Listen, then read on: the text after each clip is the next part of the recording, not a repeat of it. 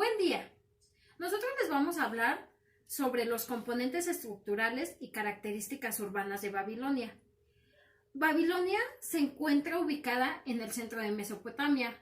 En Mesopotamia se desarrollan tres tipos de urbanismos: el urbanismo sumerio, acadio y asirio. Nosotros nos enfocaremos en el urbanismo acadio, que es donde se desarrolla Babilonia. Este tipo de urbanismo se desarrolla en el centro de Mesopotamia, pero reúne características tanto del urbanismo norte como del urbanismo sur.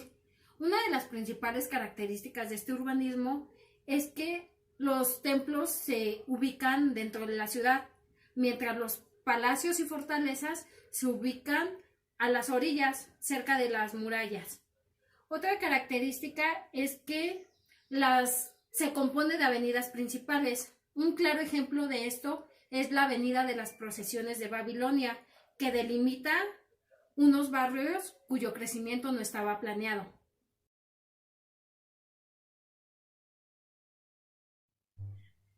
Ahora les daré una pequeña introducción de lo que fue Babilonia.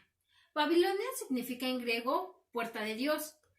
Babilonia fue la capital del Imperio Babilónico y un importante centro religioso y mercantil. En esta ciudad fue donde se construyó la legendaria Torre de Babel y los jardines colgantes de Babilonia. Babilonia fue una ciudad muy importante en la ciudad antigua y se destaca por sus enormes y decorados templos y palacios.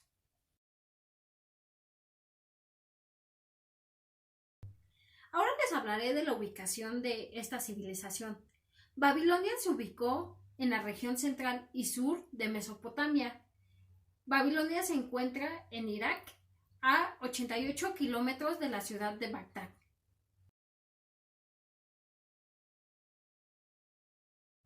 Para poder estudiar esta civilización la podemos dividir en dos etapas. La primera etapa es la del Imperio Paleobabilónico o Amorrita. En esta época el rey más importante era el rey Hammurabi, quien logró obtener el dominio de la Baja Mesopotamia después de varias batallas con pueblos vecinos. Su gobierno abarcó de 1792 hasta 1750 a.C. A pesar del dominio alcanzado por Hammurabi, los reyes que le precedieron no lograron mantener su dominio. El primer imperio babilónico vio su fin cuando los hititas invadieron la ciudad de Babilonia y la saquearon en el año 1595 a.C. La segunda etapa es la del imperio neobabilónico o caldeo.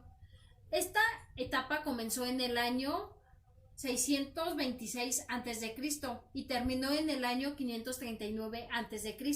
La ciudad fue mudada a la ciudad de Babilonia, la cual se convirtió en la capital del imperio. Durante este periodo, los babilonios lograron conquistar naciones vecinas y establecer su dominio, alcanzando progreso económico, producción agrícola y desarrollo arquitectónico. A continuación, mi compañero Aldo les hablará sobre la astronomía, matemáticas, economía de los babilonios.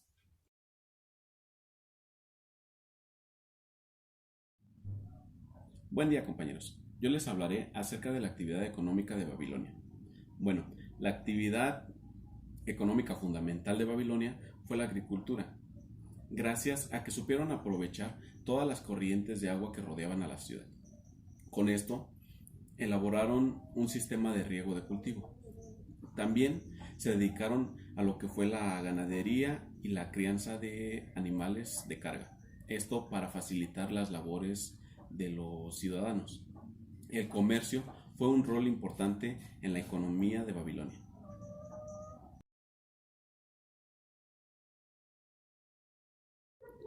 Respecto a la religión babilónica era politeísta. Creían en dioses mayores y dioses menores, a los cuales se les construían grandes templos.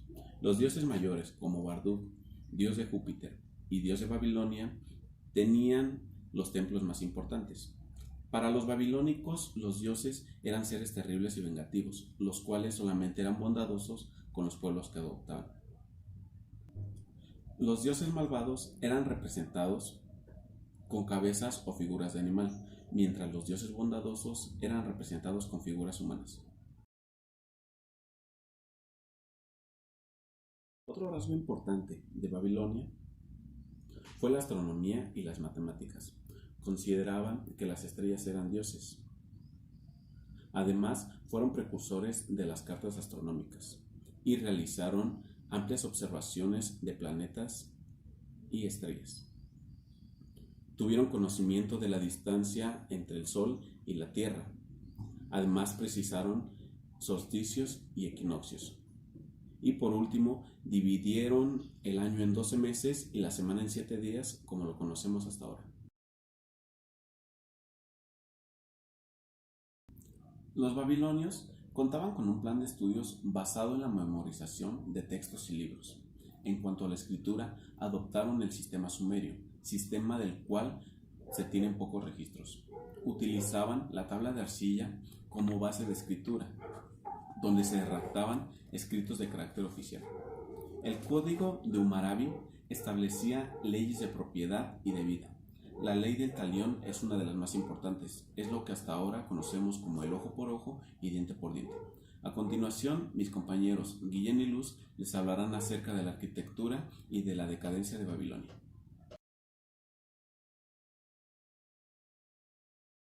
En cuanto a arquitectura y urbanismo, la ciudad de Babilonia tenía un trazo regular y calles rectas. Esta ciudad se articulaba en torno a 24 calles principales, que eran distribuidas en 10 distritos. Una de ellas, la más importante, era la vía de las procesiones. Esta contaba con una distancia de 2 kilómetros de largo y entre 16 y 20 metros de ancho. Sus lados eran decorados con leones de ladrillo vidriado y esta vía iniciaba desde el puente de Éufrates, bordeaba el Sigurat y llegaba hasta la puerta de Istar.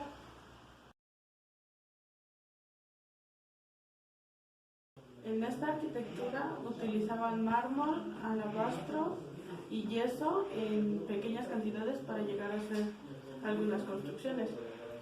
En la ciudad de Babilonia estaba rodeada de recintos murados. El muro exterior tenía una longitud de 18 metros y la superficie de la ciudad estaba compuesta mediante una doble muralla con un foso de 50 metros de ancho que rodeaba la muralla exterior. Estas defensas eran levantadas con arcilla, adobe y ladrillos. En su parte superior, como era tan ancha, llegaba a permitirse el paso de carruajes. También estas murallas tenían lienzos que eran reforzados mediante torres cúbicas que eran edificadas cada 18 metros. Para poder entrar a la ciudad existían 8 puertas de bronce. Estas eran dedicadas a los diferentes dioses babilónicos. Una de las más importantes era la puerta de Istar. Sus muros y accesos eran decorados con brillantes ladrillos brillados de color azul y tenían algunos relieves con figuras de animales que representaban a los dioses babilónicos. Algunos de los dioses más importantes que llegaban a ser representados en dicha puerta era Istar, que era conocida como la diosa del amor y de la guerra, la cual era representada con la forma de un león. Y otro era Adad, que era el dios de las tormentas y era representada con la forma de un toro. Y Marduk, que era conocido como el dios del cielo y de todos los dioses, o también como el dios de las tormentas eléctricas. Este último era considerado como el dios más importante y lo tomaban como el patrón de la ciudad y era representado en la forma de un grifo. Gran parte de la arquitectura babilónica estaba vinculada con los astros y la religión. Y algunas construcciones más importantes eran los figurats, que eran conocidos como el cenit de la arquitectura babilónica. Continuando con las construcciones más representativas de Babilonia, nos encontramos con el Emanaki, también conocida como la Torre de Babel. Babel tiene diversos significados. Algunos pueden ser como la puerta de Dios o conexión entre la tierra y el cielo. Según la Biblia, se cree que esta torre se construyó con la finalidad de llegar a Dios por parte de la humanidad. Esto bíblicamente se dice que enfadó a Dios, Yahvé, el cual lo vio como algo ofensivo y como medida ante esto generó que los constructores hablaran diferentes idiomas, lo cual generó una confusión entre ellos, y en hebreo Babel significa confusión. Pero se sabe que en la realidad esta torre es un sigurat, o sea, un lugar de profesión de algún culto hacia sus dioses. Esta torre es uno de los edificios más representativos de Babilonia. Tenía una altura de 92 metros y una sección rectangular de 98 metros de ancho. Esta torre era dedicada a su dios Marduk.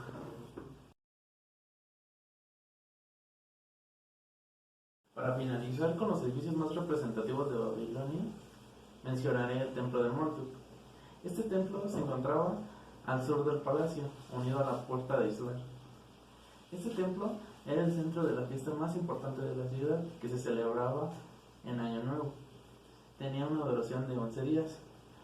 Esta fiesta consistía en que el rey encabezaba una procesión en la cual llevaba una estatua de Marduk a través de la puerta de Islar hasta el santuario en las afueras de la ciudad. Como punto final, la decadencia. La decadencia de Babilonia se comienza a dar después de la muerte del rey Urrabi, cuando diversos pueblos sometidos comienzan a rebelarse. Posteriormente, se da un resurgimiento con la aparición o sucesión del rey Nabucodonosor II, el cual le da un esplendor a Babilonia, pero finalmente, tras un asedio a la ciudad en el 530 a.C., el imperio persa invade la ciudad, siendo conquistado de nuevo en el 331 a.C., esta vez por el general macedonio Alejandro Magno.